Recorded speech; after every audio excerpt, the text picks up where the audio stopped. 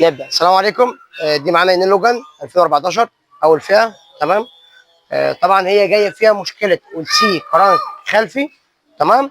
وفيها مشكله ديسك واسطوانه وبليه. العربيه بتبقى ار بي ام 3 ونص 4، والعربيه ما بتجيبش ال 60 70. طبعا والدبراش محجر، الدبراش تقيل.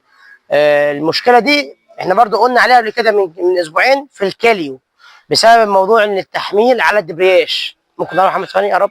تعالى تعالى. بص انا بس عايز اقول ايه، دي الاسطوانه الجديده. تمام. دي درجه اللقمه بتاعت التيل الواحده، دول لقمتين تيل. تمام. فالاسطوانه بتبوظ من هنا. طبعا دي القديمه. طبعا شايفين طبعا الفرق طبعا قد ايه طبعا بين دي وبين دي. شايف باينه كويس. تمام. شايف دي قد ايه ودي قد ايه. الاسطوانه دي تمام هي اصلا راكبه فاليو ثواني. فاليو هي ما عليهاش اصلا اي مله، يعني ولا فاليو ولا اي حاجه. تمام. ما اعرفش مركبه نوعين. تمام.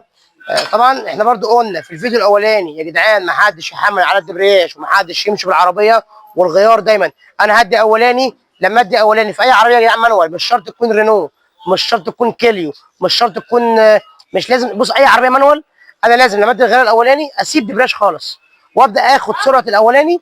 تمام. وادوس دبرياش وافصل سرعه الثاني، وهكذا مع الغيارات. ان انا افضل محمل رجلي على الدبرياش ده غلط. ليه بقى غلط؟ تعال كده بص على الديسك يا محمد. طبعا الديسك القديم ده الديسك الجديد اهو، ممكن تقرب. هنا بيكون فيه لحميه. البل مغير البليه، يعني البل مغير البليه. ركزوا معايا في البليه دي قوي، لان يعني يا ريت تجيبوا البليه دي ما تجيبوش دي. طبعا ايه الفرق بين دي وبين دي؟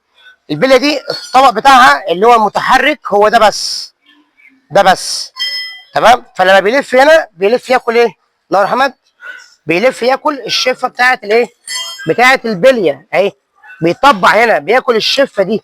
دي بتطبع تعمل زي مكان ليها بتطبع، فتاكل مكانها. ده بالنسبه لدي.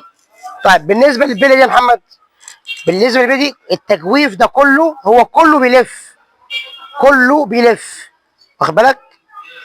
جاي مظبوطه؟ كله بيلف معانا اهو.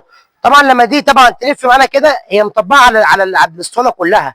يعني هتدوس دبرياش هنا هنا في هنا في اي حته. تمام. كده كده دي بتكون مظبوطه في مكانها. لما بتلف تريح على البومبيه كله، مش على جزء معين، مش على اول الشفتين بس. يعني بص هنا كده، لو احنا ركبنا دي لو هي ركبنا دي كده. تمام. دي هنا مش مطبقه غير على الجزء الخارجي كله، مش الداخلي اللي في النص ده. للاسف دي لما بتركب بتضطر تحمل على الاطراف اللي بره.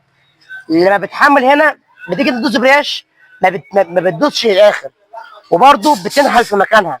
تمام. ده اللي بيخلي البليه دي هي حلوه والله مش وحشه، بس مشكلتها انها بتاكل في مكان الديسك، فده بيجبرنا نغير الديسك. تمام. طب احنا اصلا فاكرين ليه اساسا؟ لان العربيه عند ال 60 70 على غيار الثالث او الرابع العربيه بتبقى بتنحر وصوتها عالي والغيارات بتعض والدبراش تقيل جدا، بسبب ان البليه تمام مكانها ناشف. تمام. الاسطوانه طبعا خلصانه خالص، زي ما طبعا قلنا الاسطوانه خلصانه خالص. تمام. ده كله دي عربيه شركه عامه، دي شركه. تمام. ده كله ناتج ان الزبون او السواق او الشخص اللي ياخد العربيه كل واحد رجليه مختلف عن التاني. رجل السواق ده غير السواق ده غير السواق ده. فطبعا اللي بيحمل على الدبرياش مع الاول والتاني بيفضل دايما محمل رجليه، لازم يفصل لاخر دبرياش في الاول والتاني والتالت وهكذا كل الغيارات.